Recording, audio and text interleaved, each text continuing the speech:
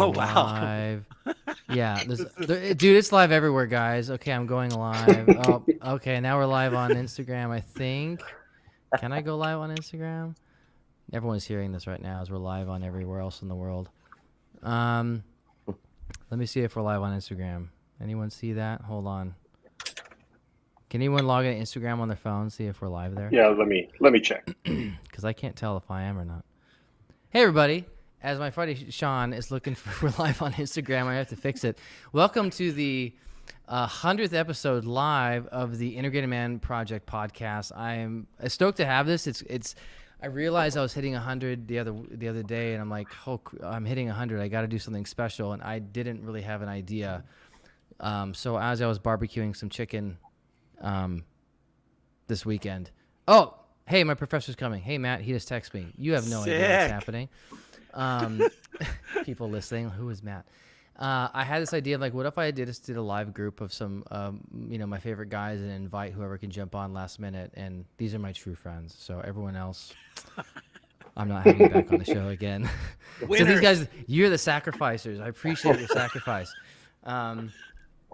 So anyway, this is gonna be a fun episode of just reflection on some of my thoughts over 100 episodes of all the guests, and obviously, I can't have all the guests on. That would be fun, but insane. I don't know how that would actually work, but I'm going to talk some about that, ask some of these guys some questions. I think they'll probably ask me some questions, and then those that are watching live on YouTube or LinkedIn or Facebook, jump over to the YouTube channel if you can. It's easier for me to kind of manage, I think, the chat to do that than everywhere else, but. And I think, that's what we're going to do tonight. That's the aim. So let me fix one thing on Instagram because apparently I'm not live. So let me edit something here. Oh, you know what? I need the live key stream. So hold on. Stream key. Thank you, Sean. He's my admin, everybody. His new job is my podcast admin. And he doesn't get paid for it. So I'm excited that your professor's coming. I loved that episode. That was such a rad. It was so good.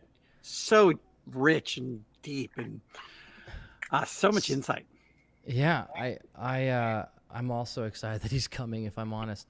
So let's see if what happens. Let me put this in here because I'm not live. This should work. Save changes. It says checkbox and then go live here. Go live.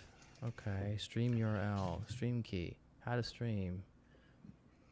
Okay, let me do this. It's probably freaking out. Sorry, guys, everyone listening. Let me do one more thing. Create, go live video. 100th episode. Audience, public, go. Sorry, guys. Stream key. I was worried that my background was going to be too dark in here, and then like it just gets progressively darker. Like Nate logs in, I'm like, oh, it's pretty dark. And then Sam's in a dungeon somewhere. Yeah, I'm in the underground garage right now. Ironically, my boys are upstairs above me in the playroom, and I'm like, every once in a while I hear something thump, and I'm like, okay, as long as they don't come get me, I'm good. Oh. We're live, I think, on Instagram. My 12-year-old's like into kickboxing and jiu-jitsu, so he uses his little brother as his sparring partner who isn't in jiu-jitsu or kickboxing. And I was like, please just not go to the hospital. Can we just don't want to go to the hospital tonight? So, hey, we got John, we got Matt. Hey, welcome, John and Matt. Welcome to the stream. Hey there. Everybody. You guys. Hey, guys. Hey, Six is a company. I love it. So let's jump in. So, guys, as I said before, those watching and listening, this is just a little bit of a reflection podcast of the 100 episodes. I'm going to ask these gentlemen some questions. They're going to ask me some questions, and we're just kind of see where it takes us. And, I'm just excited just to have them on and to be able to do 100 episodes. Like, that was something I didn't realize I was hitting. And like I said, and over some cooking chicken, I realized, like, oh crap, I got to do something. I feel like I should do something. And so this live idea, and I sent it out and I had a lot of responses, and getting 6 guys into one spot is actually quite more difficult than you would think on time zones. So, but thankfully it worked out. So I think a little bit what I want to share is that this first and foremost, I think the most My biggest takeaway of doing 100 episodes, at the end of the day, with all the big names, normal names of people that I've had on, and I've hit some pretty cool milestones, if I'm honest, of like some big names in the therapy psychology world, and that was really exciting for me to get to talk to some of these kind of, really intelligent people.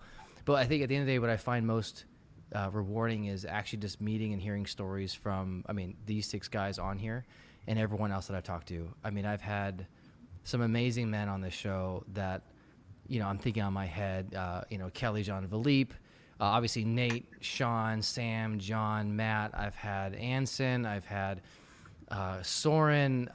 I've had DJ. The list goes on. I've had so many amazing men just being vulnerable, showing strength, talking about their experiences. Marcus Philly, Dad Bod Steve, like all these guys who have a heart and passion for men, and are doing amazing work around the world. Another good buddy of mine, is Pierre from Braver Man. The list goes on, and I wish I could show a list. In fact, I was trying to be witty with ChatGPT and get me some of all the names, but it was giving me partial names and then it put everyone else in the other category. I'm like, well, I don't want to say other to people who are in there because that seems weird. But some of the highlights, here's something I did want to point out, is that before I go there, is that again, I'm really grateful for the stories and the men I've met. And that's one thing I've talked about in the podcast over the course of doing this, is that one main thing I found very life-giving through social media, because there's also a lot of life-sucking things, is that I've been able to meet men across the world and just develop friendships and relationships that before this would have been non-existent or impossible given where they live, where they reside. And so I've had people from the UK, Canada, East Coast, West Coast, South America, all over, and so because of this, I'm genuinely deeply grateful for all the conversations I've had, because they've all challenged me. They've all given me something to think about and chew on, to help me grow, to, look at my own, how I see things, my own beliefs and my rationalizations, and also the camaraderie out there of meeting other men that also have this passion, and just feeling not alone in this work, and knowing that there's a group of us, really a brotherhood of men trying to do the good work, whether they're in research or they're therapists or coaches or dads, whatever they might be, that they also have this vision. And so that's something that I will be eternally grateful for from this kind of experiment that started off 2.5 years ago. And a couple things to note from the highlights that ChatGPT gave me, just to use AI here, is that a couple things it said was the highlight was things around holistic health and balance, integrating parenting and emotional health and the importance of that. I've been able to talk to some amazing military men about transitioning and working through PTSD and trauma and what they did for the use of mindfulness, talking through attachment theory and parenting, and John here talking about effective parenting and among others like Dr. Tina Bryson, and talking around building secure attachment with kids, having sustainable health habits as men and what that looks like, transforming our pain into progress, as I've talked with a number of men about dealing with PTSD and traumatic life experiences and abuse, and what they did and how they found their way out of it, and hearing their stories of strength and courage and determination. I'm thinking of a few in particular, again, Soren and DJ, who had, those that know anything about the ACE scores had, I think, the max you can get, and are now doing amazing things, doing healing work with men and teens around the world. A lot of conversation around navigating fatherhood and societal pressures. Obviously, Dr. Carlson, Matt here, old professor of mine, now friend, he's done amazing work around that. And I've had many conversations around what it means to be a father in our society, and a healthy, balanced father, and the culture narratives that men face around masculinities. And then just kind of how we care for ourselves and what that looks like. And so these are some of the highlights that ChatGPT gave me. And some of the questions I was thinking about what to ask myself and the guys on that were joining tonight. One of the first ones that I thought of was, since whoever could talk, jump in, but since your last appearance on the podcast, I'm wondering, what is like one way that you have found yourself growing professionally or personally? And can you share any of those significant milestones?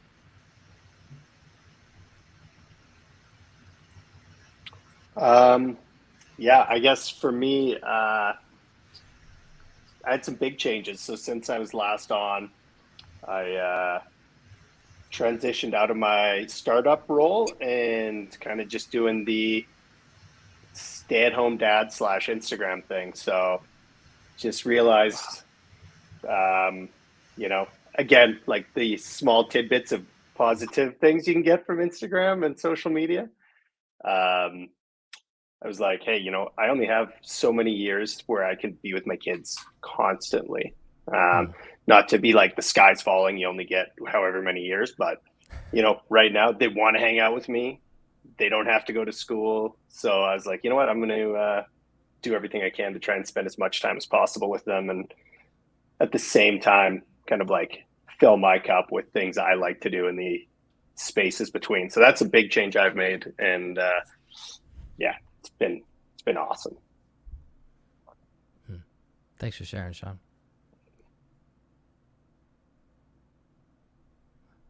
Anyone else? Sam, John. Unmute yourself too when you're ready to talk.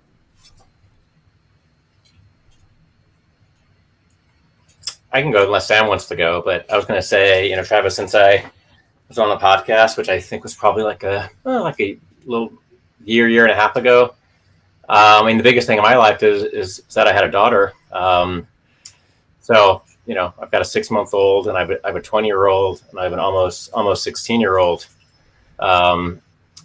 And it's just been a really like amazing experience to just reflect on kind of how we change over the lifespan, like, and how we change, and how in some ways, like, my core is still the same of who I am and what I find is important. But, I'm certainly a different father at 53 than I was when I was 33, and, and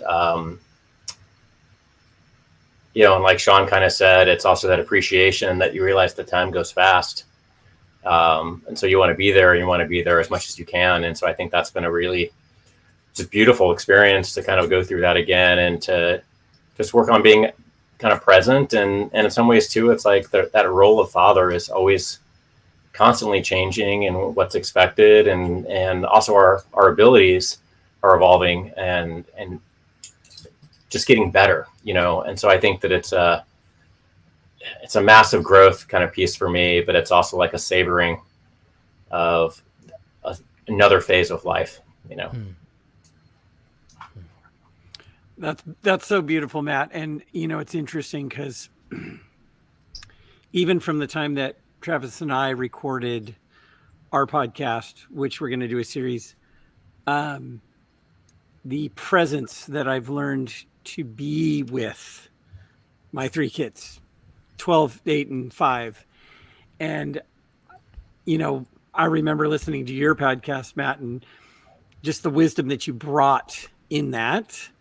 And then as I've recorded with Travis and we've had that dialogue, it's amazing when you listen back to those things, your self-awareness, it's that critical, like, self-awareness or reflection that is so powerful. And it's amazing how we take it for granted when we're in it. And then when we listen back to like an interview or something with Travis, how it helps like kind of reinforce that role and that mindset of like, oh, this is happening, because really the only constant with all of us is change. Yeah.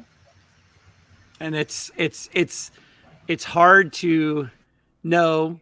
And I always go back to this. It's hard to know that my 12-year-old will have a different dad than my 8-year-old, and have a different dad than my 5-year-old.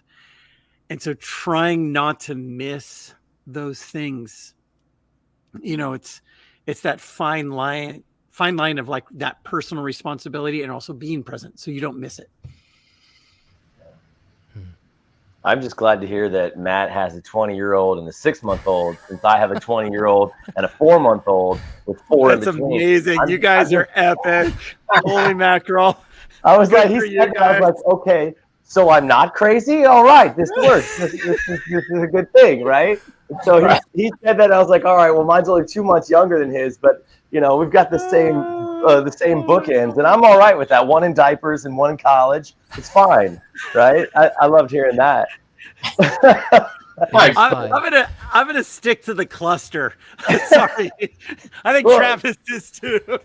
Well, yeah, no, I wouldn't say I suggest that, but I guess I do suggest it. That's a big, long, a big separation. But Sam, you said something that I've actually said to my kids, especially because I have a pretty big gap between number 2 and number 3. Was you said that you're a different father for each of them. Oh God. And what's funny about that is, one, I think each kid brings out something different in you, right? Like you don't love them different. You don't love them less. It's just that sometimes you just vibe with one and the other ones have different personalities. And so they draw different things out of you. But I looked at mine and was like, the guy that raised you is like, he's not here anymore. I'm growing. My hope is that you'll understand that I've grown, but you'll also like see that. And then you'll understand that you need to keep growing too. Like, reading books doesn't end at your senior year of high school, and becoming a better person doesn't end at the end of college. It just keeps going. And so, man, you said that, and I'm like, yeah, and everyone always talks about how the baby of the family gets away with everything. And I'm like, that's only because when we had the first one, we had no idea. And by the time we have the last one, we're like, yeah, that's probably going to be okay. I'm just way more relaxed. It's a whole different human being raising these kids than it was when, 20 years ago for me. Well, and it's interesting because I'm a firstborn. So I'm the oldest in my family of origin. And I heard this quote, and it really rings true for me, is that the firstborn grows up with his parents. And then the parents raise his siblings or their siblings. Yeah. And it's so interesting having a 12-year-old who my son and I we're only about 2 weeks apart in our birthdays. He's a March and I'm in April, early April. And it's so fascinating to see the essence of me coming out in all 3 different kids and how different that is. And I have to apologize to my oldest because I'm like, dude, I'm so sorry. I didn't know anything. I said, I've made so many mistakes. I'm still trying to figure this out. And I said, I hope you're cool with it. And I was like, I really don't know much. So we're learning this together, buddy. And he was like, okay, Dad. I was like, sorry, I'm just going to be upfront now. We'll pay for therapy later. Right. I told my kids, I was like, I'm not paying for college. You want to do that, you pay for it, but I will pay for therapy because that is totally my fault. We'll send him to Travis. Right. I guess job security. Business, Trav. Yeah. For me, all my kids are all clustered together, and my oldest is only 7, almost 8. And so the idea that I'm like growing up with my 7-year-old, like I vibe that super hard because I heard this quote. Is one of my friends recently said, I change my mind and I see that as a strength, not a weakness. Yeah. Oh, and really the thing with my 7-year-old was that whole parent only exists because he needed like all the kids who are like, oh, like, well, yeah, but you're just gonna have one kid who like has that thing, and that's gonna be their thing, and then the other kid's gonna have this other thing, and like that's gonna be their thing. Like my 7-year-old is the most empathetic, compassionate, loving, caring, kind kid who also at every turn has just been like, you are going to be an excellent parent or I am not going to work with you. And so like literally like 1 year old, 2 years old, like there was no like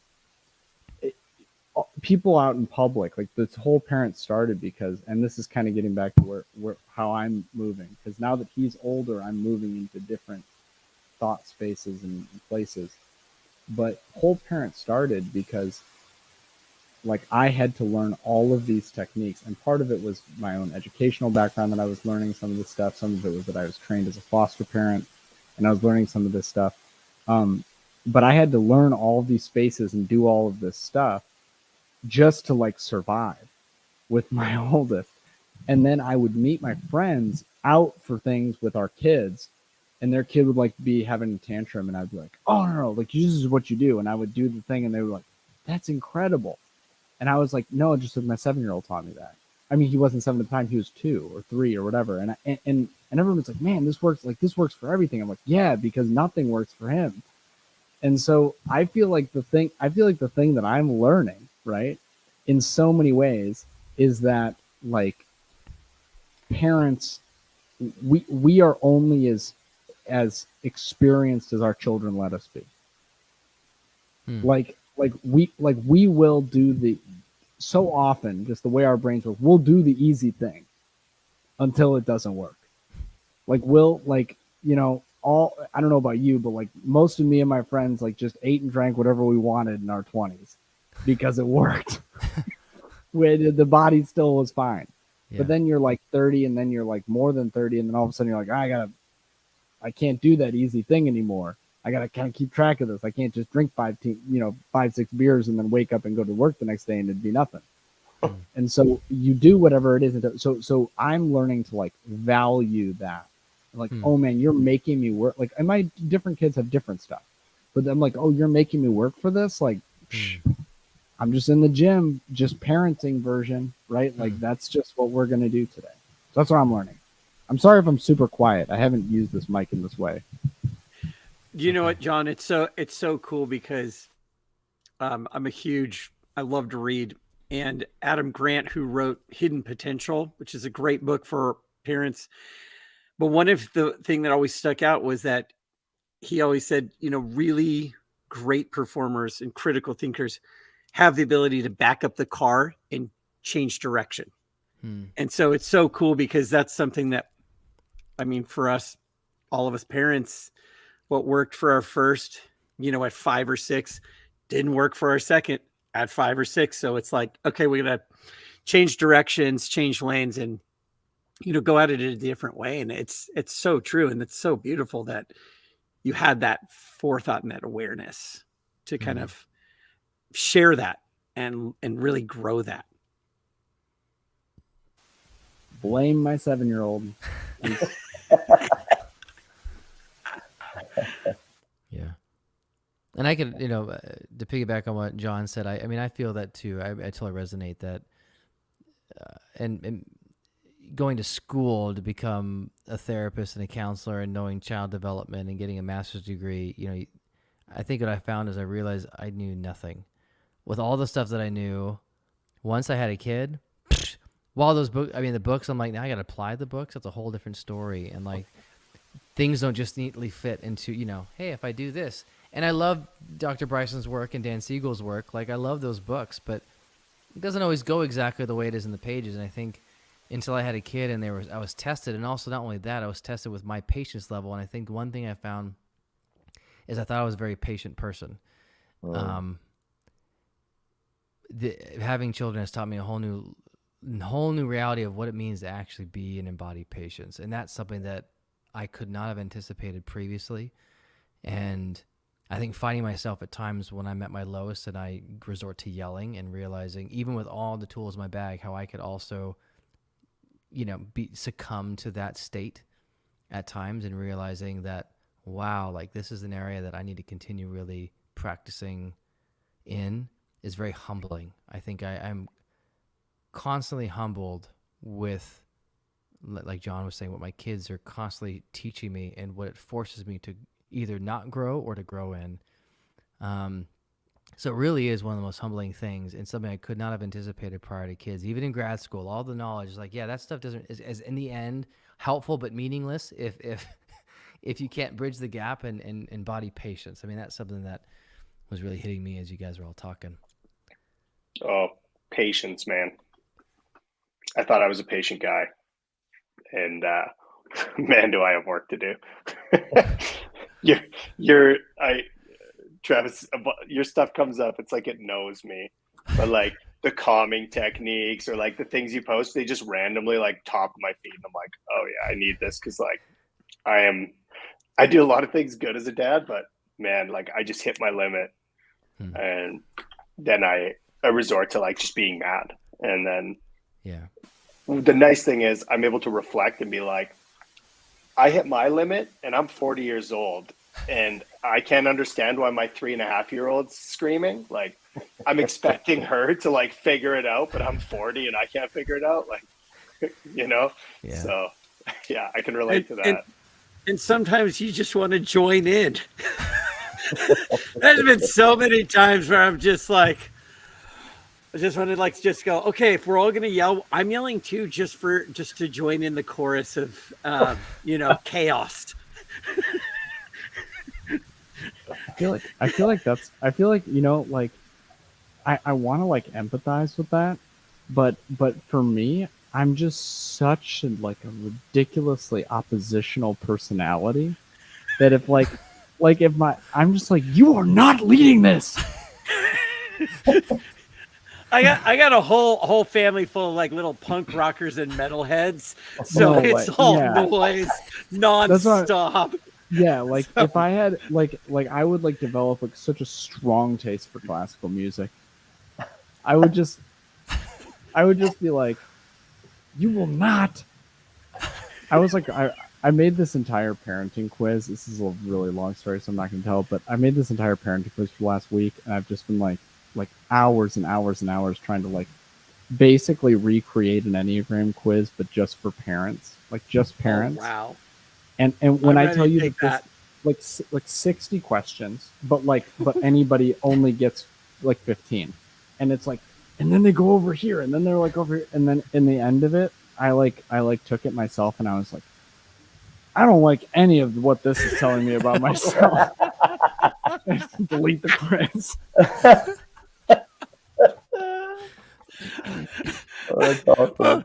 Dude, what's funny? I was gonna say, you don't know yourself until you have kids, because you definitely don't know.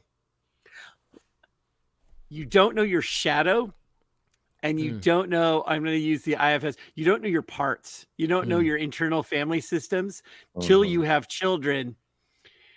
And you read all the books, you do all those things, but it's like, dear God, like, what do I do when my kid, has, punched his brother or tried to, and it's like nothing, comes out, but all those parts you hid for so long.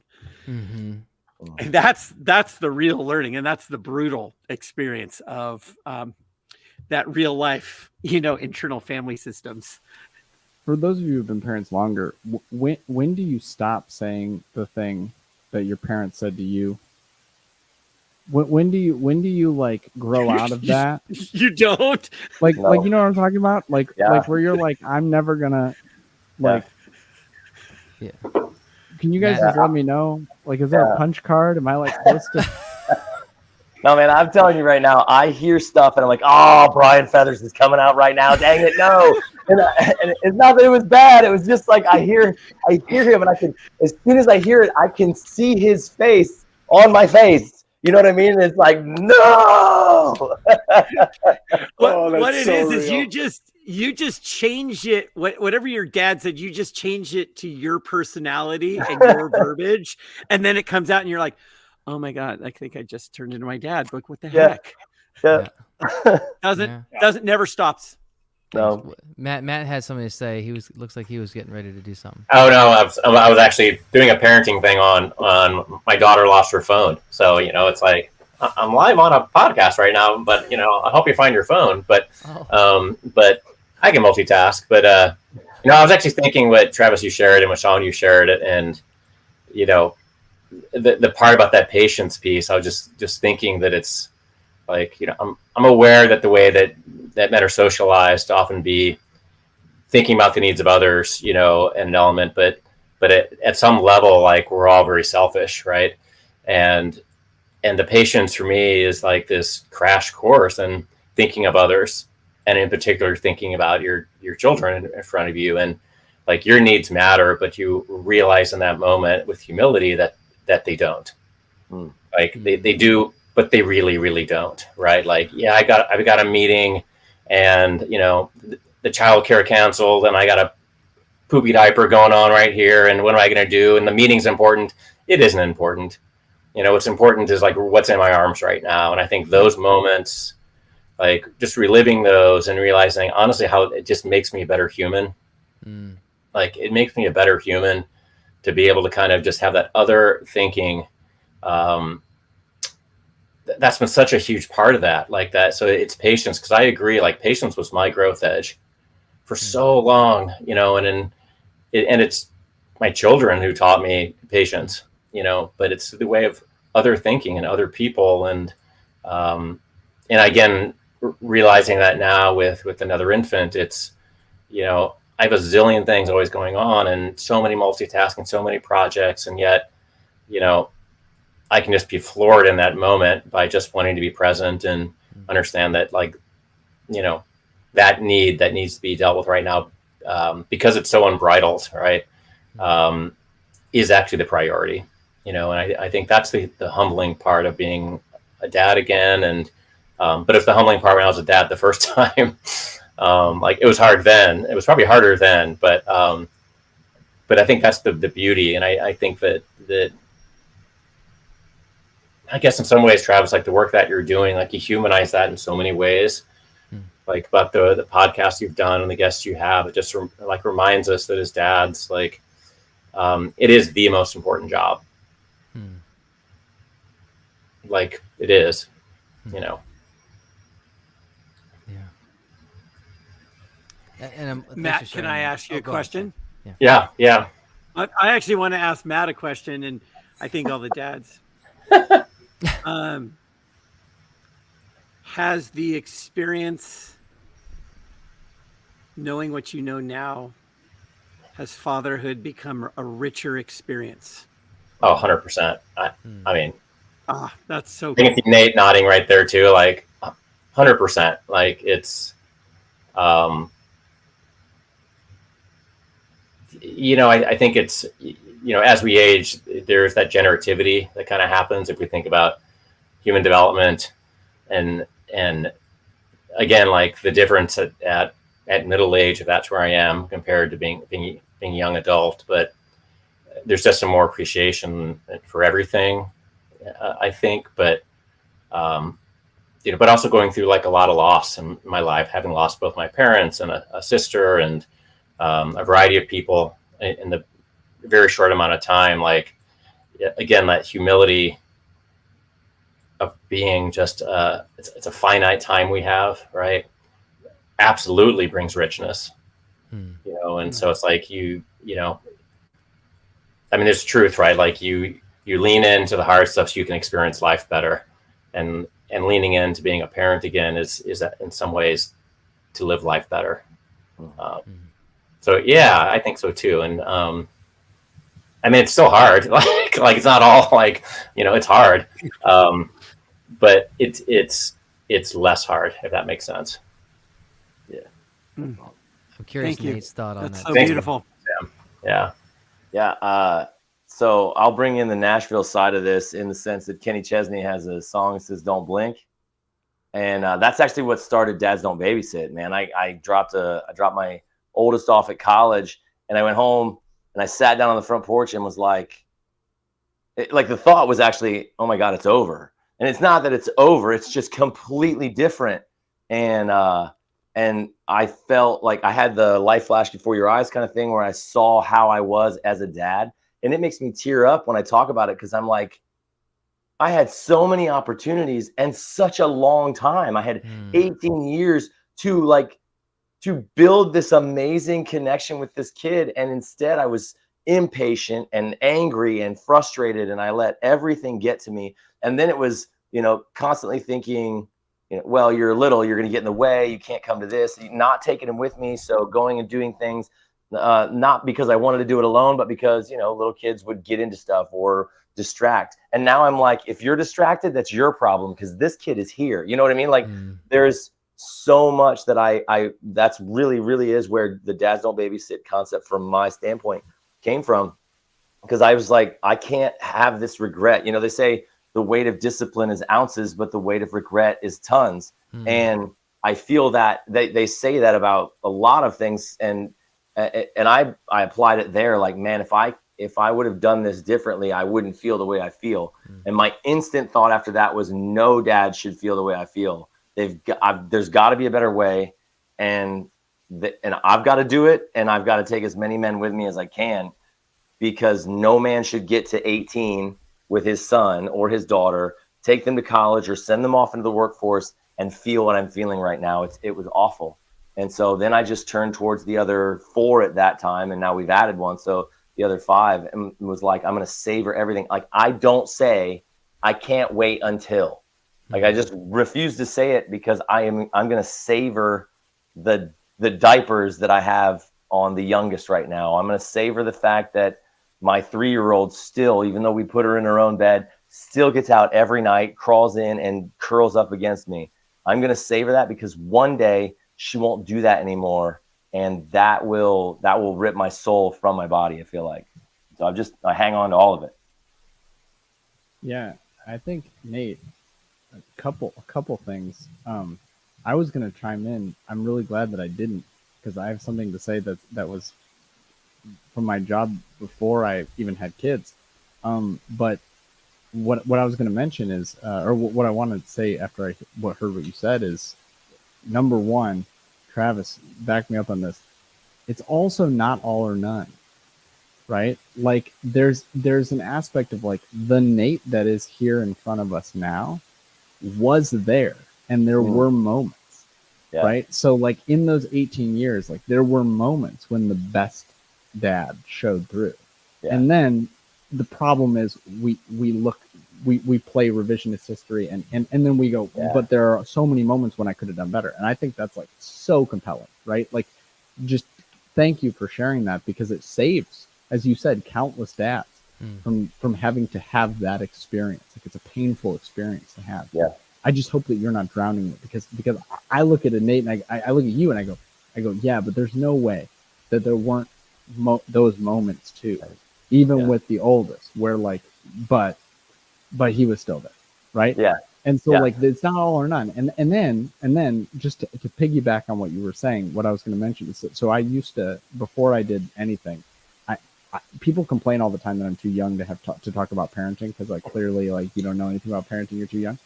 So I actually had an even crazier job before. I was a chaplain. And so I was 25 years old, and I was just walking into the rooms of dying people, being like, let me shed some light on your life for you. And I'll just tell you that, like, over and over, like, the thing of just savor it. If I took anything away from that experience of sitting with, literally, I cannot count the number of dying people. And it wasn't all young people. My dad actually was dying at the same time that I was a chaplain. He was 65. So that happened. And then while I was a chaplain, also, my best friend committed suicide. He was only 23. So like, all of that loss of saying, okay, 23-year-olds and 65-year-olds, and then all the drug overdoses and all these other things that I had to sit with. Really, I was like, oh man, I cannot waste any of this. And so, not only from your anecdotal experience, Nate, or yours, Matt, also, I'll just tell you, from the weight of, like, sitting with countless people, everyone says the same thing. It's so unoriginal. It gets boring, because, like, you can just give their dying deathbed speech for them, but it's like, yeah, man, it just went way too fast, and I didn't prioritize the things that I should. Wow. It's I feel like that's the thing, is to be able to grasp that ahead of time, right? Share that, listen to that, get that from somebody else, and then course correct. Like you said, put it in reverse, go a different direction, like, course correct and change. And that's the whole concept. I think all of us are here trying to do exactly that, not only in our own lives, but then affect change in the lives of other men. I keep saying, we can really change the face of fatherhood in one generation if we just like we do it consciously, our children will do it for our grandchildren unconsciously, because it'll be their default setting. I'm sure they'll have their own things, and obviously every generation gets better, or builds off the one before. But we can really change. Like, I'm just looking at men on this screen, going, "This is how an entire generation of children is changed before they even realize it," because men like this choose to make changes and help other men make those changes. Nate, I was just thinking that, we often talk about parenting, like when we teach it in schools, and we often talk about parents, like you parent the way you were parented or in opposition to how you were parented, right? Yeah. Like it's often one or the other, and it's a lot harder to do it in opposition to, right? Because you actually don't have a model. Yeah. Right. But if you're parented well, like you said, Nate, right, then you already have an expert model. Not only that, you have a consultant probably when you become a parent, right? Like you have a professional consultant who you go back and say, well, Dad, Mom, tell me about this, So I love what you shared about that within a generation. Absolutely. 100%. Yeah. And with that, the thing of generation stuff, and I'm thinking of, my next, this is more of a personal question for everyone else, but I'm thinking of the role my dad had in my life and the healing work that we've been able to do over the years. Because there was a season we didn't talk, where I made a decision to kind of step away from the relationship due to various, reasons. And now our relationship is probably the healthiest and closest, and he's done some healing work too. And, part of me was understanding as I got older, understanding his experience going through burnout and not understanding that was a kid. My parents separated when I was a senior in high school, and then they inevitably divorced. My mom got depressed, like all this stuff. And when I finally got to sit down with him when I was older, he got to share, but also he did his own work too. Cause he's like, they didn't have the model back then to do the work we're doing now. Like, and then John's talked a lot about this on his stuff. It's like, they didn't have that information. It wasn't how it was back then. And it wasn't talked about as much as it is now. But we've had the opportunity to really heal. And I know that not everyone has that, but, I'm wondering if you think of your relationship with your dad's, whether it was close and healthy or somewhere in between, or if you were able to repair or not repair, like if you could repair, would you, how do you see the impact of your dad on you now, and how has it changed if you were able to repair or not? And like, how does that then impact your thought now and how you parent your children? So I'm kind of just curious with you guys. Sorry, big question, but you guys can handle this. Because I think there's something about healing generational stuff too. It's like, man, if we could do that, I think that's ideal. Like ideally, if we can go back and heal, not just us doing the work down, but if we could bring in the previous generation, I feel like that's more holistic. I'll go first on this one, because this is an interesting, because I actually work with my dad in my other job. And it's a tricky dance. And what I would probably say that the one thing that I wish that he could see was how attunement to each one of his kids would have been like the superpower for that whole thing, and that's something that I think it's very interesting, because we're both very similar. And so we have our own dynamic. And I look at his ACE score, he was like the fourth of 5 kids over 20 years. And he wasn't supposed to live, because when he was born, he was left in the hospital.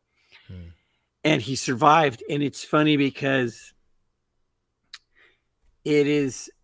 I've had like those little conversations where I was like, what about this, and really he's there, but he only remembers the version that he really enjoyed. And that's something that I think with a lot of dads, and I talk about this, that when you deal with aging parents, they always remember their favorite version of you.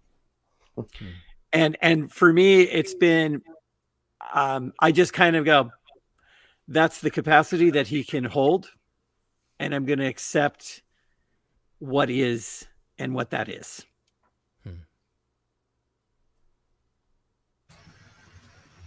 Go, Matt. Thanks. Thanks, Sam, for sharing that. I have to step out in a minute, actually, because parenting duties call. But on both ends, actually, a variety of ones. But I was thinking, Travis, about that question, and I had a really great relationship with my dad, and I really respect him and how he raised me and my siblings, and but I'm also aware of that. He wasn't perfect, and none of us are, and I think as I've gotten older and gone through different milestones that he would have gone through and my parents would have gone through, I think I just also, again, have a lot more just compassion for that, the life he led, and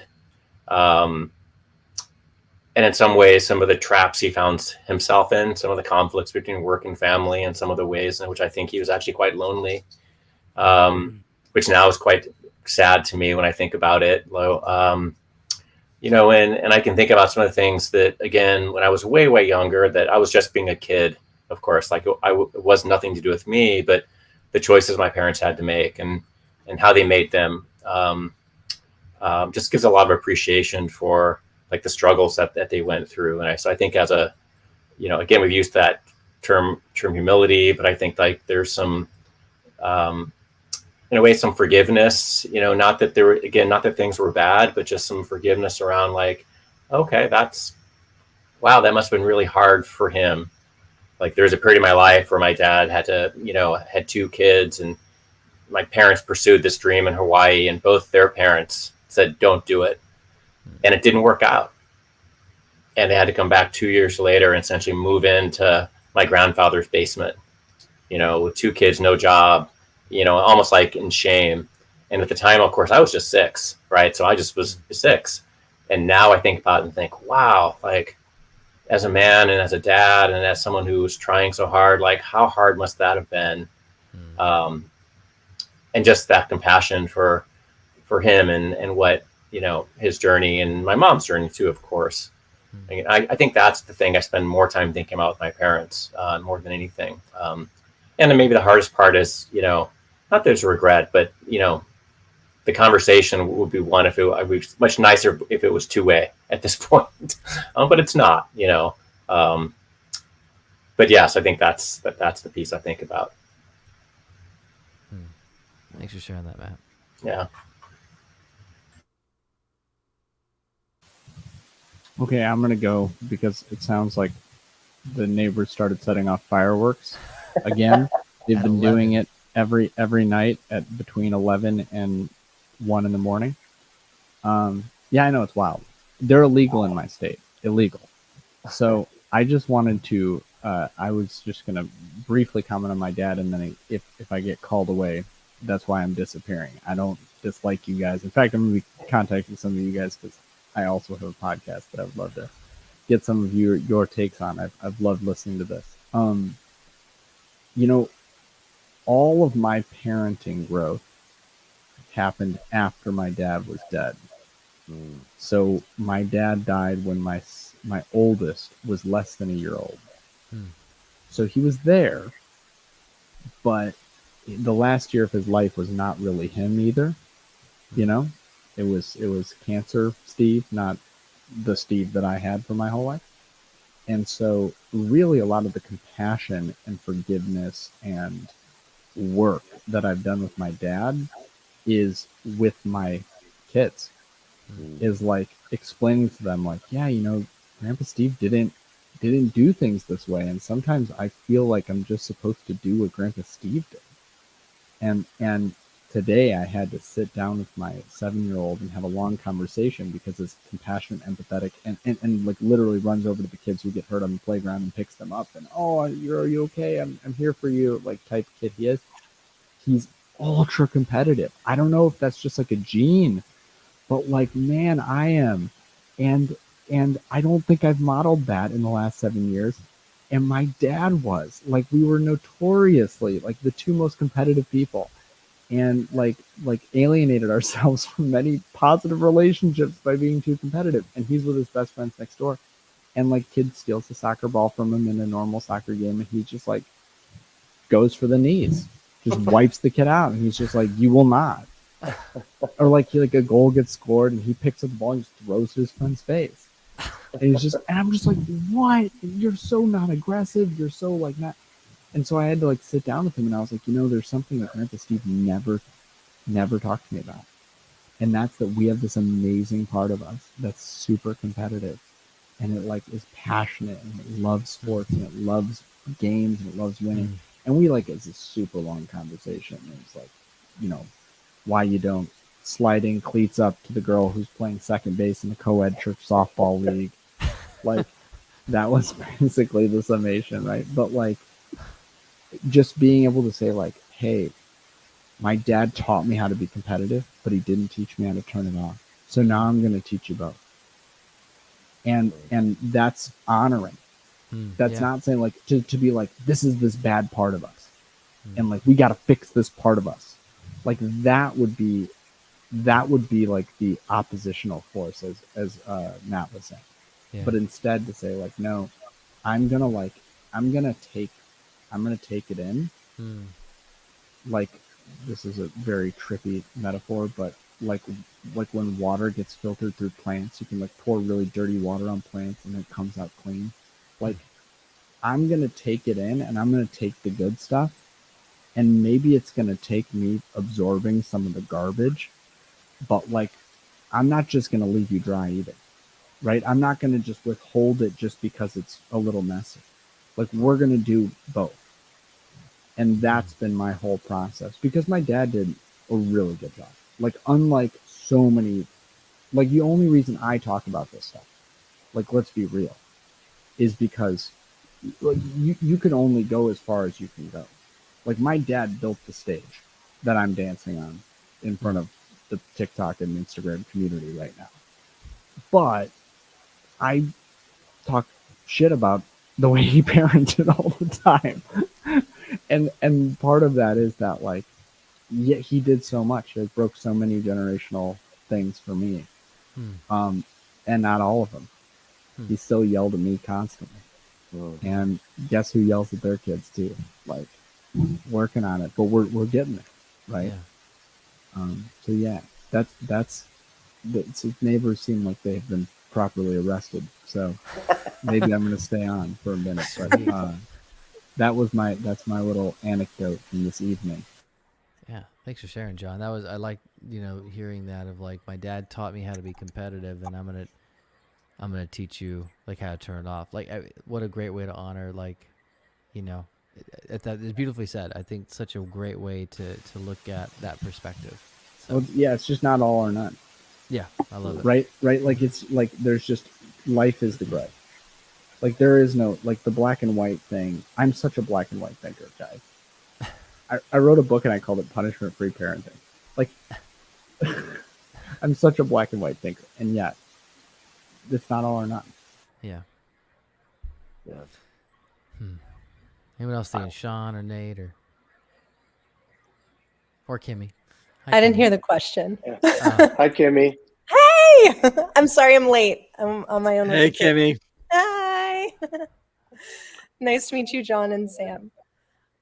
Kimmy's great, by the way. Just let you know, guys. Sorry, go, Sean. I'm not a father, but I have one. Yeah.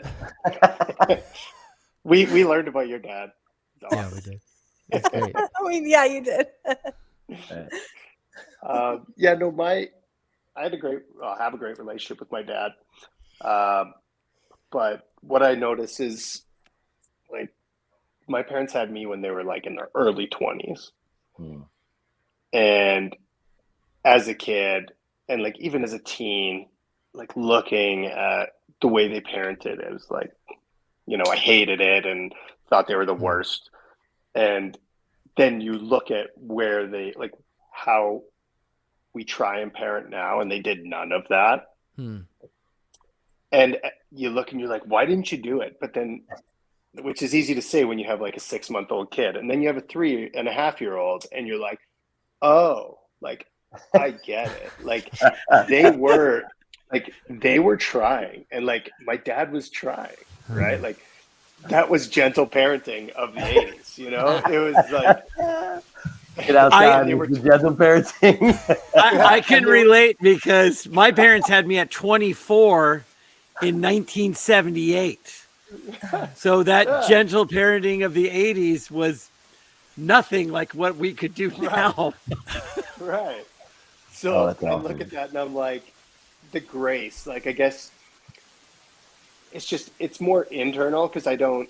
It's actually probably worth a conversation, but like I don't think they view it as like some negative stuff. But there was some stuff I was holding on to that now I look. I'm like, if I was in my 20s and trying to raise kids, like I would not have done as well as my parents. Like I'm in my 40s and like I'm trying.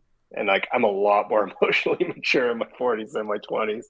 So for me, like one big thing is like I spent my whole like 18 to 30 Hmm. trying to make my dad proud. And we had this revelation like I don't know several years ago, but I just like he never said like, "Hey, I'm proud of you," Mm. um, right? But there was one day I went to work and like I was at his work and I was I don't know 25 or 26 or whatever, and everybody there knew everything about me, like everything. And I was like, oh, he Hmm. is proud of me. He just Hmm. doesn't say it. Like, it's just not, he's not a talker. And Hmm. that like clicked. And I was like, okay, that's what I needed. Hmm. And what I took from that is like to make sure that, I mean, that's just a glaring one for me, but to make sure that my kids know I'm proud of them for whatever, for just being them, but Hmm. making sure they know that and they're never questioning it and never making decisions based on me, like making me proud. Because like that's what I did. I did a lot of that Hmm. um, to try and make my dad be like, oh yeah, like great job. Yeah. So yeah, doesn't it's not exactly the question, but that's kind of the big thing Yeah. I take away and like the relationship with my dad and what I think, you know, is a big pillar of how I parent is making sure my kids don't feel that in any aspect. And I'm sure I'll fail in some, Yeah. but hopefully less. Do other What was the people question have that exactly? thing? Sorry, go ahead. No, I was What's just that, gonna John? I was just gonna ask if Nate, Sam, Travis, Kimmy, if you guys have that, like that's the thing. Like for me too. So like I'm just like my mom has never once been like just like I would be like, look at this great thing I did, and she'd be like, oh nice. So my dad is the most enthusiastic father that ever was, ever, like of all That's time. And I amazing. would say that that also tripped him up. Like the story that comes to mind is people are like, oh, Kimmy, like when I was in college, they're like, you went home. I met your dad in the bar last night in the student union. He's Oh. awesome. And I'm like, Dad, boundaries. Like, but he was so excited about like everything in my life. So he was very excited, but it tripped him up. So it's like a balance, you know? I don't know if that was exactly your question, John, but it's like that's what comes up for me is I think it's a balance, right? Like you can't at times I think you can be overexcited. Yeah, Kimmy, the question was, it was more of like an amalgamation question. I was just saying that, knowing more about my father as I grew older and hearing his story, it just gave me more understanding and compassion. And at the same time, he did some of his own healing work too, and took responsibility for some stuff that he wasn't so proud of, which enabled us to heal and grow deeper. So it wasn't only just that I had a better understanding and empathy becoming a father and knowing more about a story, but also that he came to me and had conversations about some of the stuff and took ownership and enabled us to fully heal. And now our relationship is amazing. So they were kind of just sharing stories about, the importance of generational healing, if possible, to go up as we go down towards the next, our kiddos. And because I know for some people, it's not possible. They can't heal up. Right. Mhm. to some degree. They can a little bit, but not fully. And so that's what that was. And I know your dad was majorly enthusiastic, which is good. John, your point about being like black and white, thinking in black and white way, like I think one of the things for me that, I have a really strong relationship with my dad. It's part of the reason I do the work that I did is because when I started looking into the research, I was like, oh my gosh, my dad was so ahead of the game. He wasn't perfect. And he had me at around 39. And I'm 40 now, 41. And he, I think the way that we have healed and what I try to carry on to my kids is like, life is messy and life is imperfect. And parents are people and they can be silly and they can mess up too. And I try to do that with my parents. I mean, my parents make it easy because they're really quirky and out there. And there's a lot for me to work with. But like with my kids, I'm like, nothing is, it's like we can be silly and stuff can be hard and it's going to be messy and that's okay. And I think that I'm constantly working on that. My dad is aging. My mom they're both 80. My mom's turning 80. My dad's 81. So I'm constantly working on that too. I think too, John, I think for me with aging parents as well, Kimmy, you almost have to hold the duality of who they were and who they are, and that their experiences when they were raising us, if they were intentional, they did the best they could with the resources that they were given and then the resources that were around. Because I think about even being a parent now, I have so many more resources like at my fingertips. Like I could text Travis or I could tune into any channel. And it's like, and I think about being a kid in the 80s and the parenting resources. And I grew up very evangelical. So it was a lot of focus on the family. And sometimes yes. And sometimes that intel was not what we needed. So you have to accept. Nah, come on. You kind of have to accept what is. And I told the client that I was working with coaching wise, and I said, you have to decide, like, your parent was an imperfect person that got you to this point. And you have to decide how long you want to be either angry or accept who they were at those times, because their time in front, we're down to some of the last yards. And I just said,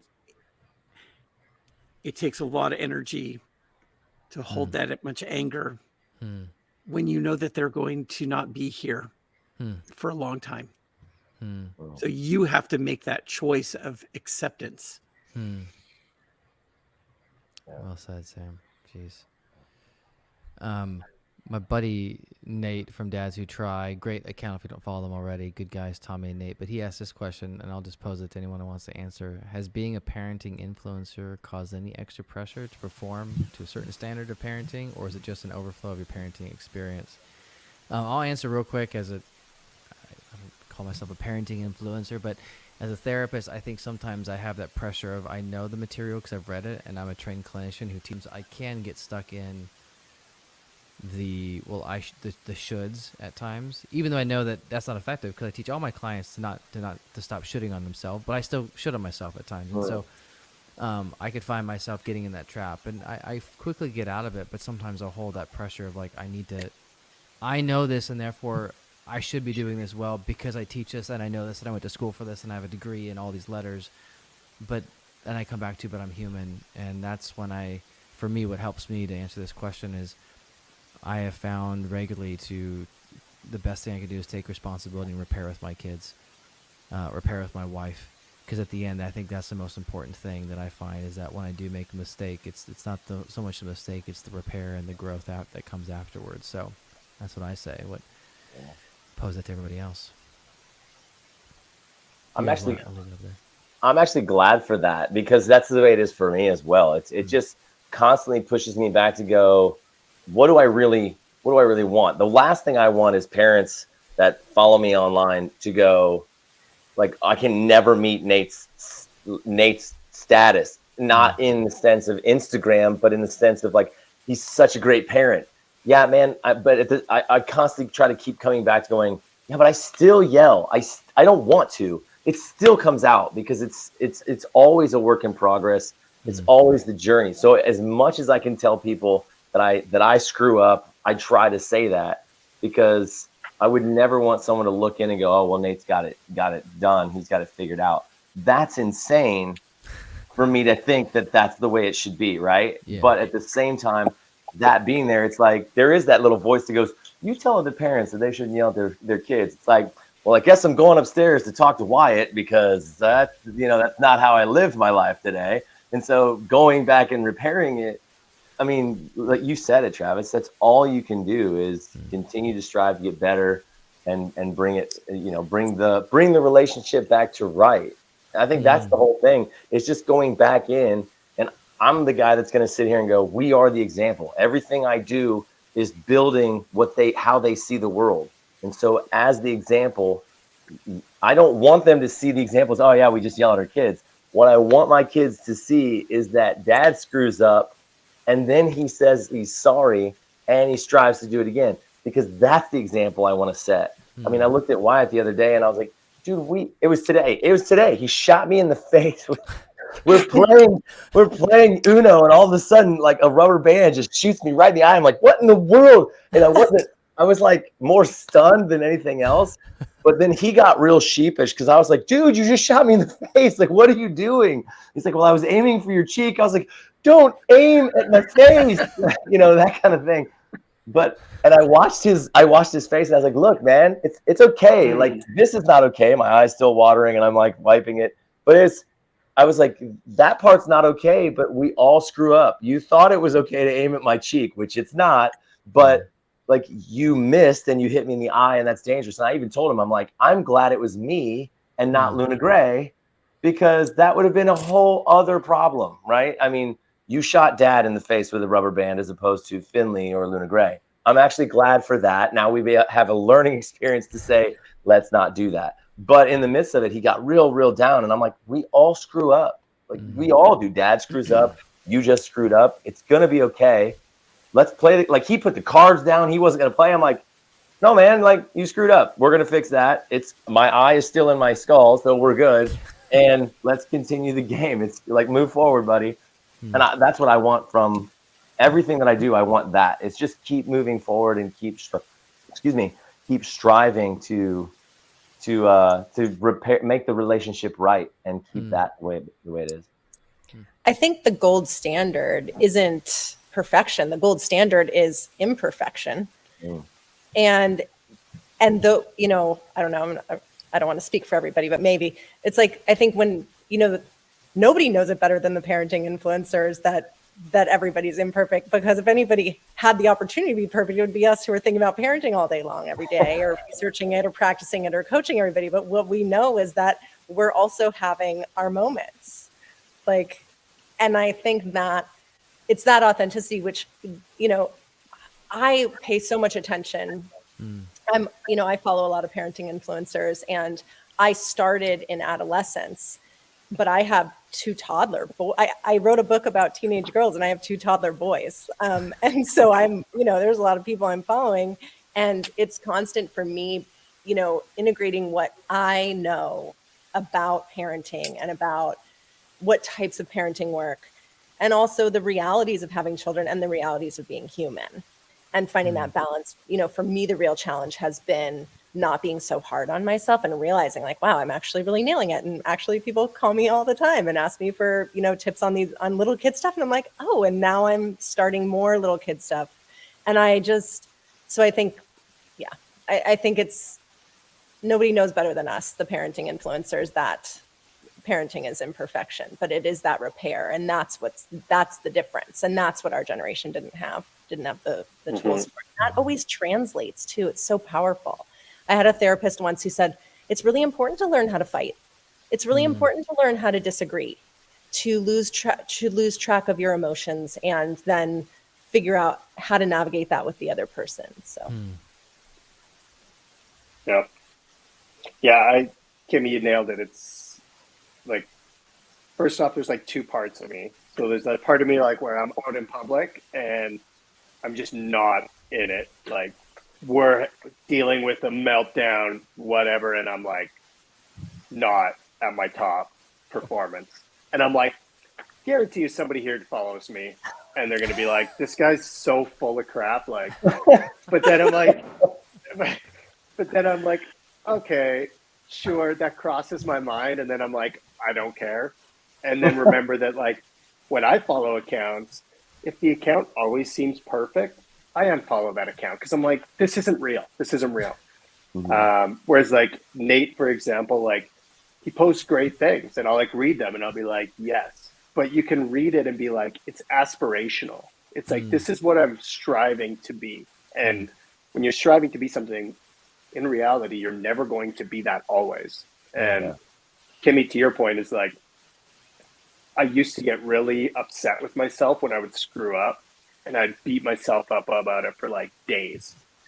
And now I look at it like that. I'm like, okay, I yelled. I am going to go solve this situation because I didn't learn how to do that. So now I'm teaching myself how to do it, which is super uncomfortable, but also with my kid. And it's like, this screw up that I did, we can kind of look at it as a silver lining of like, we are learning an even more important skill than controlling our frustration. Good skill to have, but being frustrated and then learning to apologize for something you did wrong and be totally okay with apologizing is an even better skill. So like, to bring it back to the whole question is like, it crosses my mind sometimes of like, I need to be better because I talk about this online, but I also talk about how I failed online too. So it's like hit and miss. Yeah. It's being present over perfection, you know, and my wife was in the influencing space for several seasons. And so we know what it's like to be that forward facing view, you know, and she's a clinician as well. And it's interesting because I think the most important thing is your authenticity, your vulnerability, and you're willing to accept that you failed and talk about it. I don't want it perfect. Like, life is not perfect. Like, you know, I've had my kids like pull down their pants in public and just crap in the gutter. And I'm just like, you lost Nate. Oh my, so awesome. I'm like, okay, I guess this is definitely, we're influencing a free bowel movement. You know, in Paris right now, that's like all in vogue.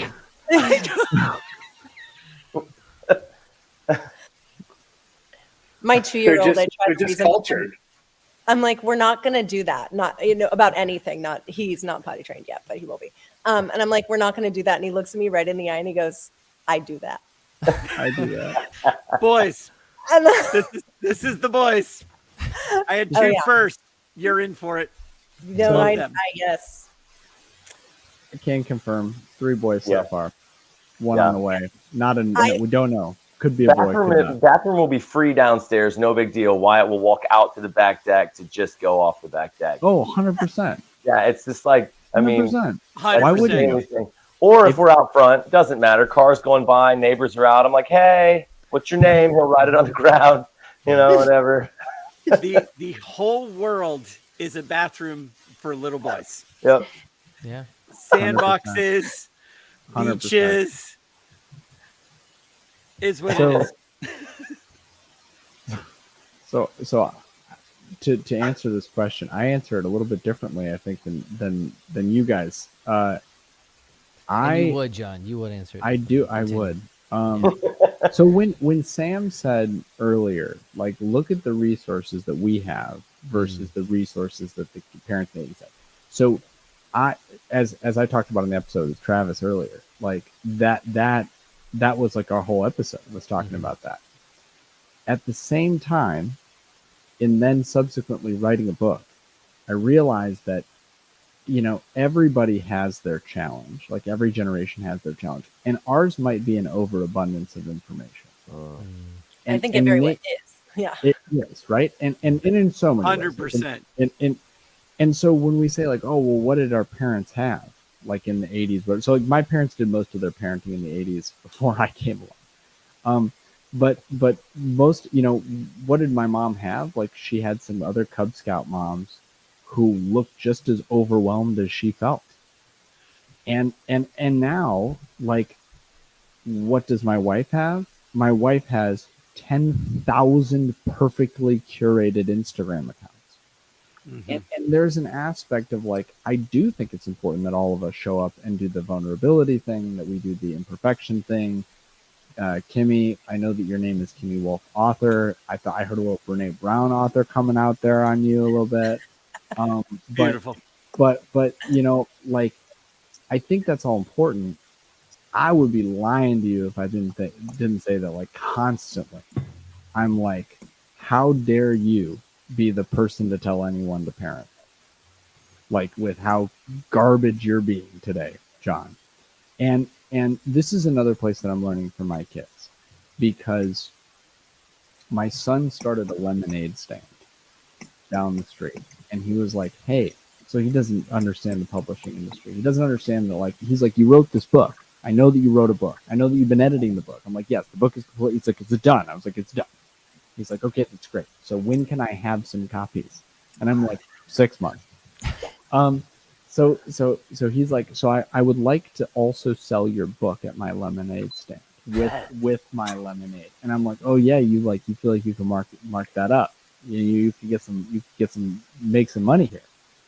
And he was like, well, I think I would sell it for the price that it cost us. And I said, why? And he was like, because I feel like when my friends parents do the things that you talk about, everything is just better for them. Oh, that's awesome. And I was like, well, do you feel like I do the stuff that I talk about? And he just like straight face is like, yeah, you try. and I was like just this moment of just like him just being like, yeah, you try. I was like, oh my God, like this kid just like spoke to my soul. Like, it's not about results. It's not actually about even doing it. And I will say, I try not to get into the like, oh, we're just going to be constantly repairing thing. I try and move past it, because I also don't want to do the whole like, well, you know, you can kind of just, I also came out of evangelicalism. Sam and Travis, you guys know this life, right? Maybe Nate, he was nodding along. Like, you're a teenager in an evangelical church. You're like, there's all the stuff I'm not supposed to do, but I could just do it and ask for forgiveness. You know what I mean? What? You're just opening up that internet browser, like getting your prayer ready.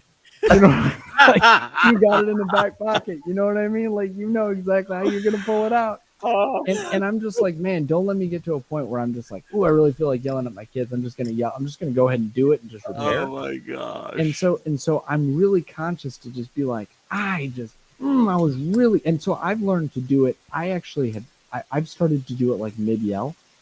Well, I'll like be yelling at my kids, and then I'll just be like, I have been really trying not to yell, and this has nothing to do with you. This is my own problems. So I need to just take a break right now, because you're doing so good at listening to me yell. and so like I just that's been my process. But to answer Nate's question about dads who try Nate's question about like, is it hard? Like 100% for me. I'm like, oh man, the imposter syndrome is constant. Yeah. That like, if I'm in a Target and I know full well every fourth person has seen that like one really emotional video that my wife made that I posted on my account, right? I'm like, and it's like, just cherish the moments. I'm like, they're watching me cherish this moment. I had this moment with my 4.5-year-old. My 2-year-old throws these pretty epic tantrums. And like, I wasn't yelling at him, but I was like, dude, like, breathe. Like, we're not doing this right now. Like, And Max looks at me right in the eye and he goes, Mom, he's going to calm down soon. And I was like, thanks, buddy. Like, I was like, Junior life coach right there.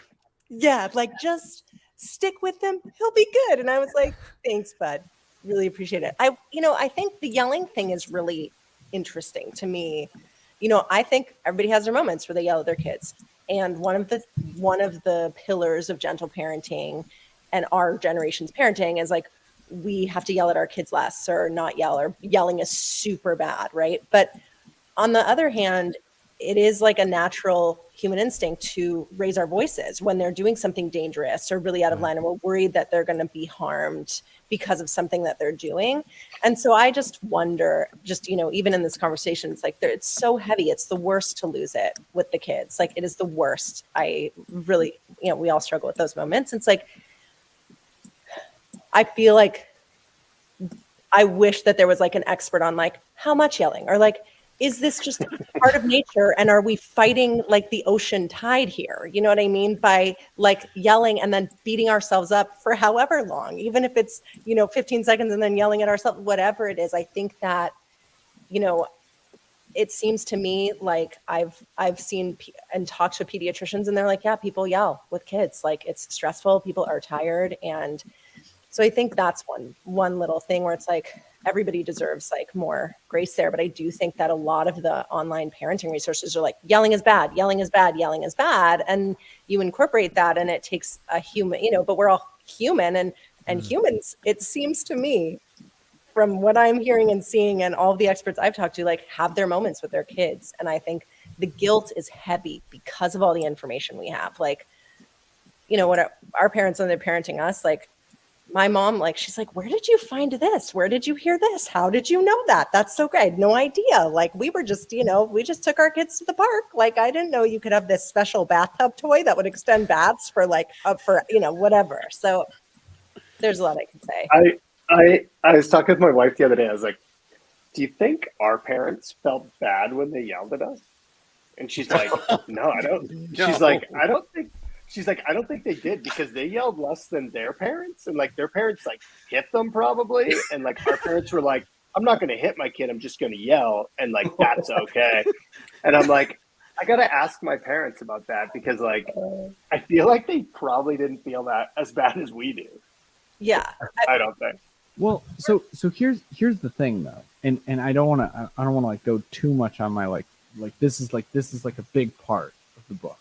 So like basically I wrote the book, and then I was like, I'm missing a chapter, I don't know what it is, and then I like went on a crazy search, and I found it, and it's this, which is, we can do this whole gentle parenting, we're not going to punish, we're not going to yell thing. If we don't do the work to realize that we have to be as gentle with ourselves as we are with our kids, like, we're not going to, like, that we're allowed to have the same emotions that our kids are allowed to have. Mm-hmm. Like, that we're allowed to throw tantrums, that we're allowed to like be hungry and then like act out. Like yes, we have to hold our kids to a lower standard than adults. Don't hear me saying otherwise. But like, if shame is an ineffective teacher, it's an ineffective teacher for grown-ups too.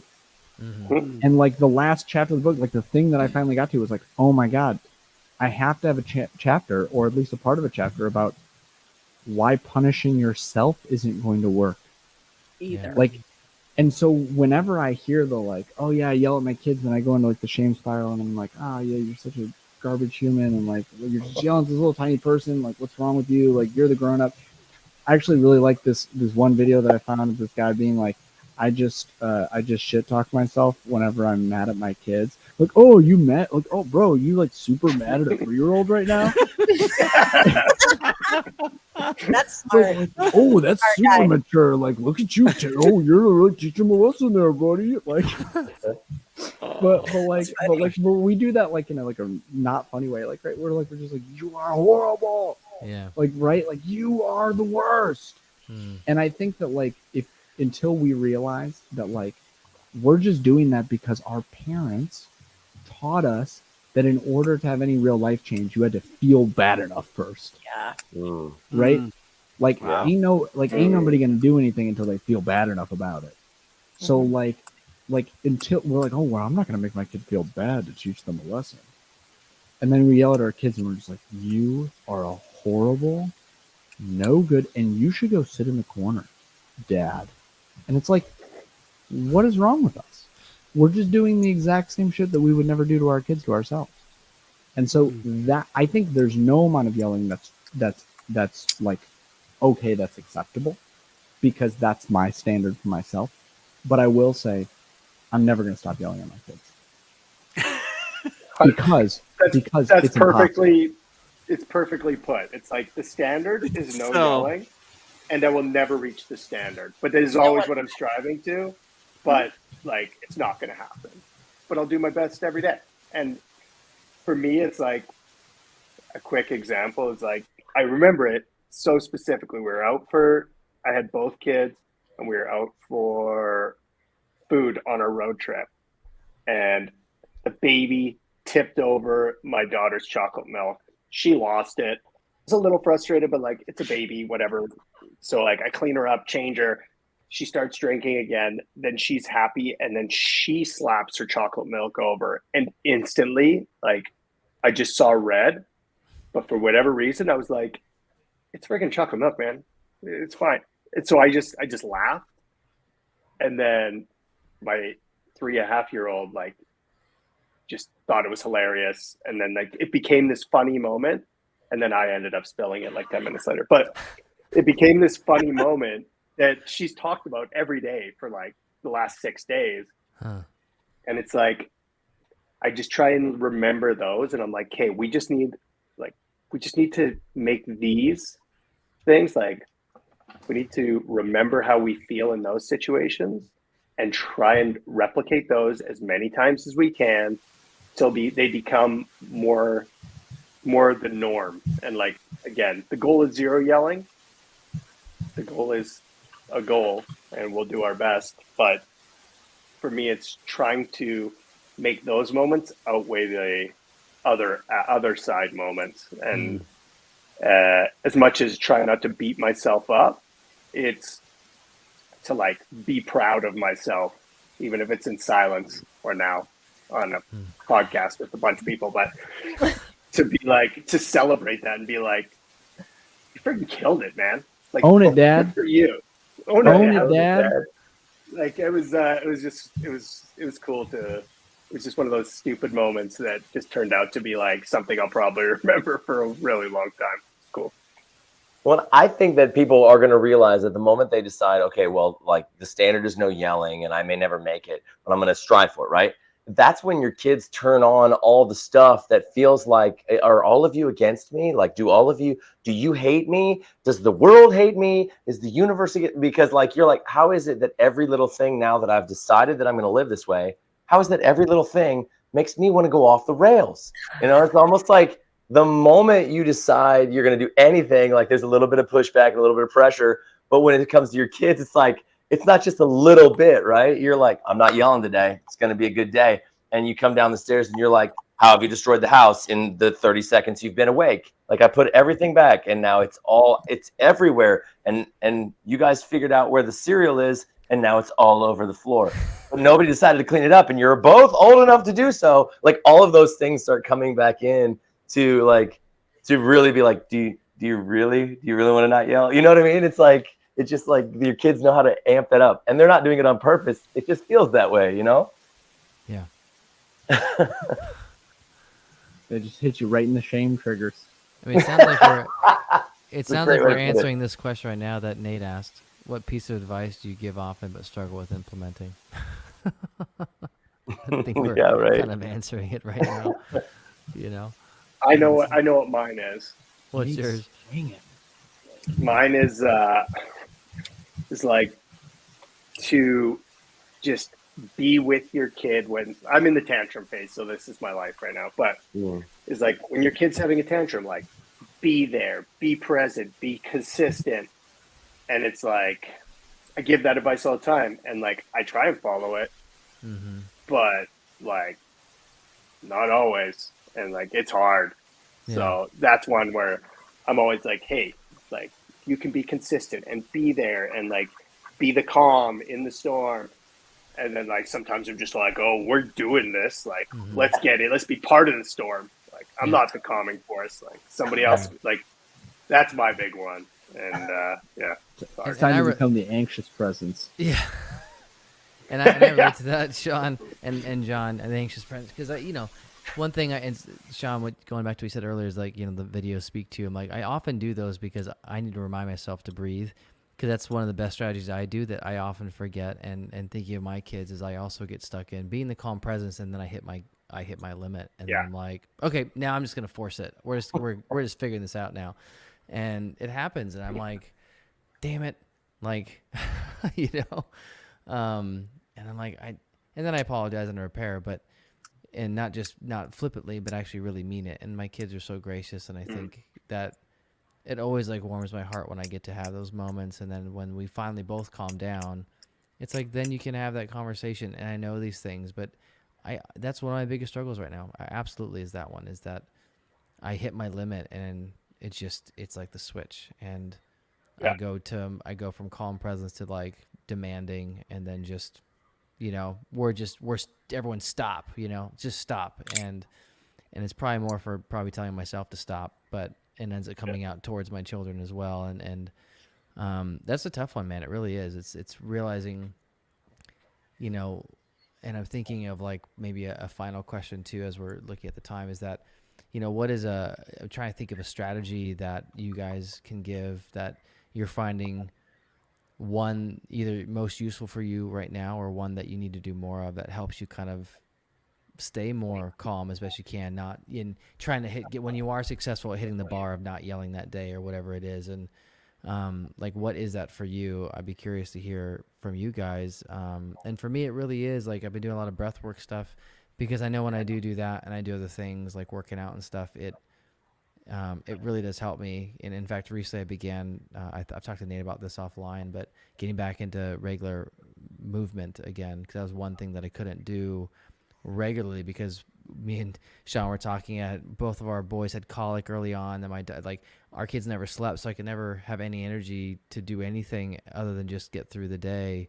And now that I'm doing this, I'm finding some really good relief in that, as far as like adding that piece back into my like holistic life that I knew I was missing, but I couldn't do much about it because of like, I was so exhausted from just lack of sleep, and, you know, clipping together 30 minutes to make, hey, I slept 4 hours a night, but that was like, you know, 6 half-hour increments, you know, like for 12 months straight or whatever, you know, and being so drained. And so I'm just curious, what is something you guys are doing now as dads, as moms, that you're finding is really actually helpful?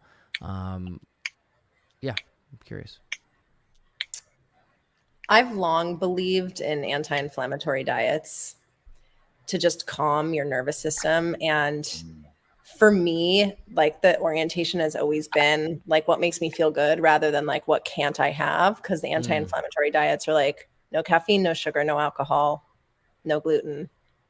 And people are like, it's so restrictive. I'm like, well, it means that what you eat is you eat like protein and vegetables, which is like really good for you. And it was really hard to do that. Like, it was like the no sleep thing. I literally couldn't remember to eat healthfully. Like, I'd just be like, oh, like, I can eat pasta, but I'd be like, no, and then I'd be like, that doesn't, you know, it very much affects me. So I do the anti-inflammatory diet not perfectly, but I try that. And also just, again, movement, especially yoga. And I find that if I do yoga, it's like an investment. Like, it's not like I feel as amazing. Like, I feel pretty good after I do it. It's the next day when my brain is just like lit up.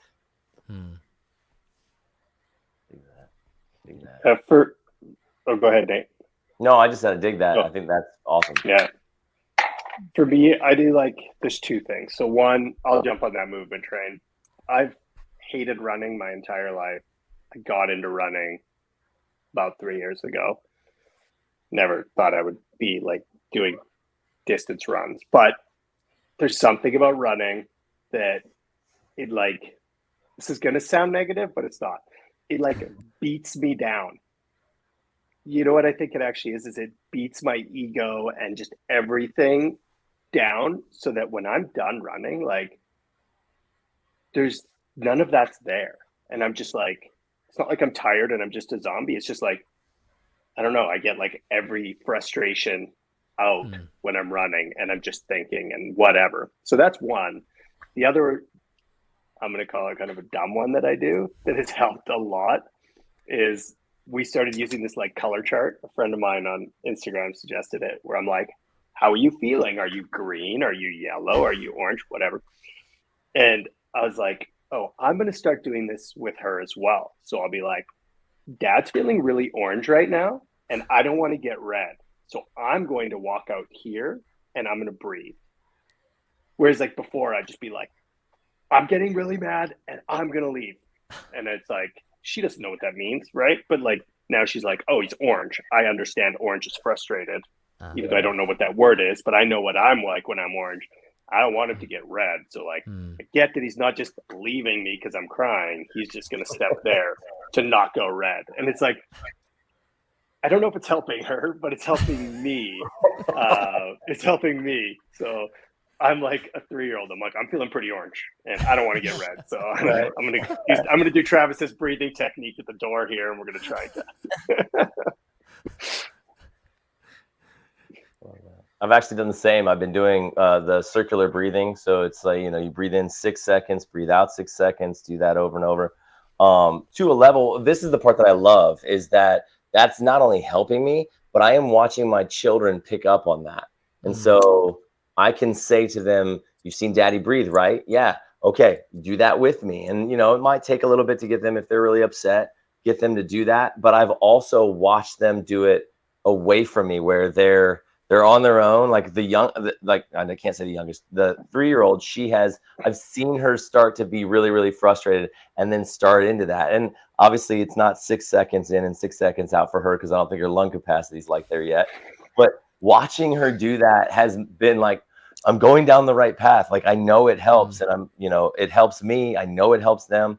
I like to hit pads like boxing with the boys, and we do that beforehand, because I'm always like, hey, look, in a fight, your adrenaline is going to dump, because this is what I used to do. I'm like, your adrenaline is going to dump, and the guy who can control that is the guy who can go longer in the fight, because you're going to get all your energy out from hitting the nos on your car, and that kind of thing. And so we do that before we hit pads, so we learn how to do that. And then I'm watching my daughter do it.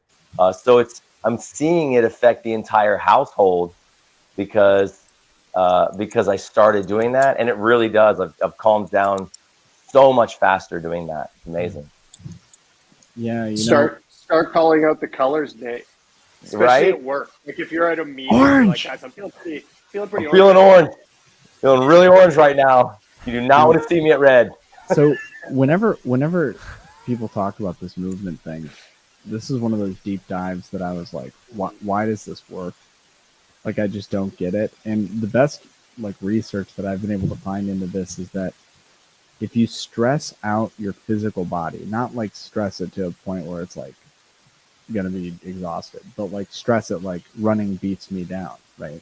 What Sean said, then your mental load is like, we don't need to vent the system today. Like the system has been vented. And so as we've been in a more and more stagnant world, this is what I'm like. My dad came home and yelled at us every night, and he was a super great guy, super nice guy, super compassionate, cared about people, but just came home and yelled every night. So because he sat in a desk and he was an active guy, and then he started running when I was, I don't know, in high school, and he just stopped yelling.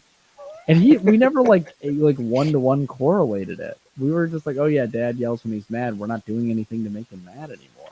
We're all grown.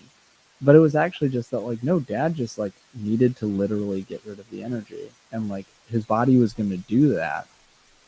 And this is what I tell people with kids all the time. Their body is going to get rid of the energy. You get to choose. You want to send them on an obstacle course, or you want them to try and rip your eyes out. This is one's more fun than the other. The thing that I've been doing, none of that. I should do all of that, but I don't do all of that. I was on this live with Nate the other day. I was watching him, and they're just like, "Yeah, we all only eat one meal a day, and it's basically just healthy. And like, if I eat ice cream, I feel like garbage for like 2 weeks." And I was like sitting there with ice cream, like, what? So like, I was just like, man, I got to eat better. But all of this to say, like, the thing that I'm doing is a mindset shift right now, and the mindset shift is just constantly being like, if I add, like as Sean said, like being the anxious presence or like adding to the storm, like in every scenario, I get to control whether this gets worse or this gets better. Right? Like they actually can't control it. Like they can't control themselves. But like in every scenario, and I'll be real, like she's definitely asleep, not listening anymore. But like that's what I'm doing with my wife too. Like she's pregnant, and it's like that doesn't always do wonders for her mental like stability with relationally me. And so just like in every scenario, like I can make this, I can add to this or I cannot. And so like I wanted to like chuck my 2-year-old across the room the other day because like it's bedtime and he's just like doing the whole thing with freaking out and throwing everything, whatever. And yeah, I was just like, man, I can make this worse or I can make this better. And so I was just like, let's play a game, let's sing a song. And like, the kid's asleep in like 15 minutes. And I was like, or I could yell at him, and then he's just like a puddle, and then half an hour goes by. And then like eventually his mom is like, is everything okay? And so yeah, that's been my mindset shift. Yeah. That's what I'm trying. I can make this worse, or I can make this better in every interaction. And I feel like that's helping. I know that I'm working on that too. It's not easy work. Yeah. I'm with you. Yeah, me too. You know, I had a similar question: is this effective or is it ineffective?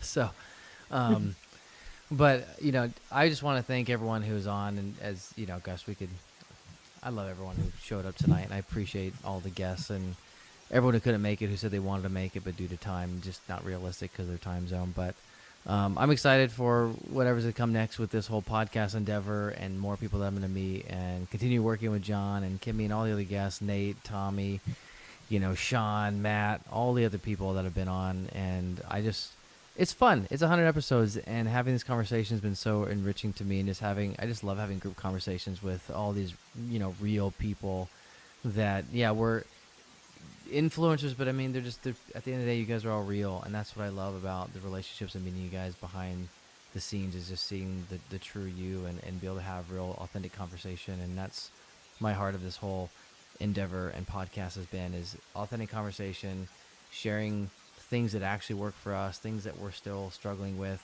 being authentic, and hopefully trying to, like John said earlier, is like there's so much out there, and maybe we could be part of something that is more consistent. You know, I don't know, maybe I'm just part of the chatter too, but you know, my hope is that when people watch us, that we do make the world and the next generation more healthy and give them a little more tools and a little less healing to do. So yeah, any final thoughts, guys? I mean, it's just us three, because I think everyone, you know, it's late, so I think that's Congratulations on your 100th episode. Thanks. So awesome. I love your content. I love what you do. I'm really inspired. I love that you always introduce me to the best other people out there. Yeah. Thank you for having me. So Sorry, Kimmy, John, if you haven't met each other already, you guys should talk. You know, hey, look, Nate came back. Hey, Nate. Hey, Nate. His Hey, phone I was don't know just what dead. happened. It just shot me out and then wouldn't let me back in. You figured it out. I was just wrapping up and He's saying just thanks rapping. and- He was just saying, he was just like, this Nate guy. Other than him, everybody He else. was like, is thank God he's great. gone. You're cool, Nate, you suck. Yeah. Yeah. My name is Fogel. My last name is Fogel, and so I definitely get a lot of the super bad, like, I bet. Fogel. Well, yeah. hey, So final thoughts? the thing I'll say to you, Travis, is that I really appreciate the honesty and vulnerability that you're willing to share in this space, not just like the curated vulnerability, which is what I feel like so much of my feed now is like people being like kind of what Sam said earlier. He's like, yeah, you have to be real though. Like that's what people are looking for. And I was like, are they looking for real, or are they looking for like like just real enough. And there are so many, I'm not going to name them, but like in my opinion, like the biggest influencer in the parenting space is like a lot of like, sometimes I struggle, like, it's just, sometimes it's just hard to be a parent, like I get it. I'm just like you. Yeah. And I just feel like your content is not that. Your content is Right. no, actually, like it's not any better at my house than at your house. And just leading in that way, you just remind me that like that's what I'm supposed to do. So every time I've been on your podcast, I leave and I go, oh yeah, I can be way more real than like Travis just like was just like, oh yeah, like by the way, I haven't spoken to my dad in a really long time. Like let's dig into my trauma. And I was just like, wow, like okay, but not like a jokey way, but like I was like, wow, that's actually super freaking cool. Thanks, like man. let's do that. So that's what I appreciate about your podcast. Thank you for doing the work. Thank you for setting up something like this. It's way past my bedtime. But I am more than happy to stay up for something like this. Yeah, dude, I appreciate it. And thank you for the kind words, both Kimmy and John. And that's always been my heart, honestly, is to do that. I don't know. I'm trying, just to be me. And it's good. It's good to hear that it shows and it comes out from people, because you never know. But thank you. Well, and without like I should say, without bleeding. Like there's this fine line. I don't want to monopolize this whole like praise thing, but like there's this fine line between like vulnerability and like, so I'm going through a divorce, and do you understand that like everything that it's everything I just drank myself to sleep last night, like that. And there's like a level of like, ooh, like you're just bleeding a little bit on me. Like there's a level of like, I want the vulnerability, but I also don't like, I am not every person who has ever posted a video's therapist. And so like you handle it in a way of being like, here's what I'm learning.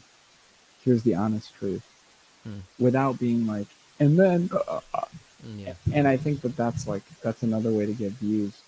You just don't do it. You don't go for the views, man. You go for the real. And I yeah. Thank you. That's also my wife. She says if I ever go for the views, she's gonna make me sleep elsewhere. Bro, So. I'll teach you the ways. We'll get so many views. We'll just find bad parenting videos and just shit on them. Like we'll get so many views, bro. Like we'll be drowning in views. Sounds like he wants you to not sleep in your own bed. We'll call everything. We'll call everything a brain hack. All the views, bro. All the views. Every established emotional regulation technique. I got this brain hack. People are just coming. I can't do it. I couldn't do it. I could do it as a joke. I could do it with a straight face. And even then, no, I couldn't do it. But thank you. Nate, you're last to give me compliments, so. You know what?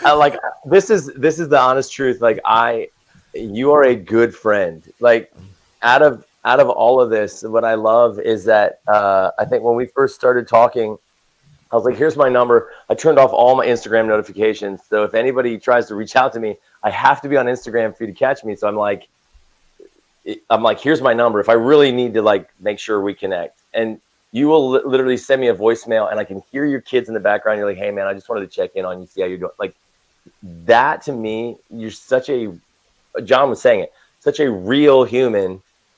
But I mean, I'm thinking, how can I get to California and hang out with Travis?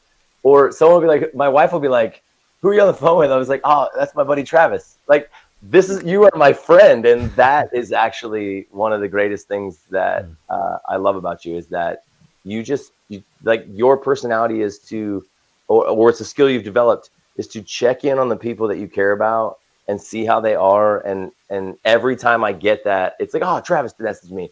And you're like, just want to know how the family's doing. All of those things, man, that stuff, it just means, it shows if people question your authenticity, I can speak to it without skipping a beat, because I see it every time we chat. And it's offline more than it is online. That's what I love. Thanks, Nate. Yeah, man. I just need John's number, so you know, I don't have it. I got Kimmy. All right. I got 4-7. Nate's. I mean, well, I did DM you in the middle of the night, so I'm glad that we, you I know, was like, hey, we're like, come on in. It's John, not working. I was laughing with them on our last conversation that I DM'd dads in the middle of the night when I had like insomnia and I was coming out with my dad book. So I would just like DM dads in the middle of the night. And that's how I met a lot of my friends. Yeah. My husband's totally cool with that Yeah. for my work. It's for my job. Well, I'm not gonna respond, but you can go ahead and do it. Okay, I sleep now. My children sleep now. So that part of my outreach strategy is. You should make a course about that. Like, sleep now. That's the teach next. you how. That's the next brain hack, John, right there. Yeah. There it is. Brain Bro, hack. How I grew you my. understand? You understand that I am currently writing. Like, I'm currently writing the follower wave from calling like a basic sleep technique a brain hack. currently checking on that video. It's the only growth I've had in like 6 months. It's okay. We got to get off the algorithm and be authentic. That's what I say. Forget the algorithm. Well, guys and gals, thank you so much. And everyone who, and Nate, dads who try on the chat. I love that you were you were so engaged in the chat, Nate. Nate's another new friend of mine. I've been getting to know over at Dads Who Try. Nate and Tommy over there, good guys too. No, we should genuine have brought dudes. him up here.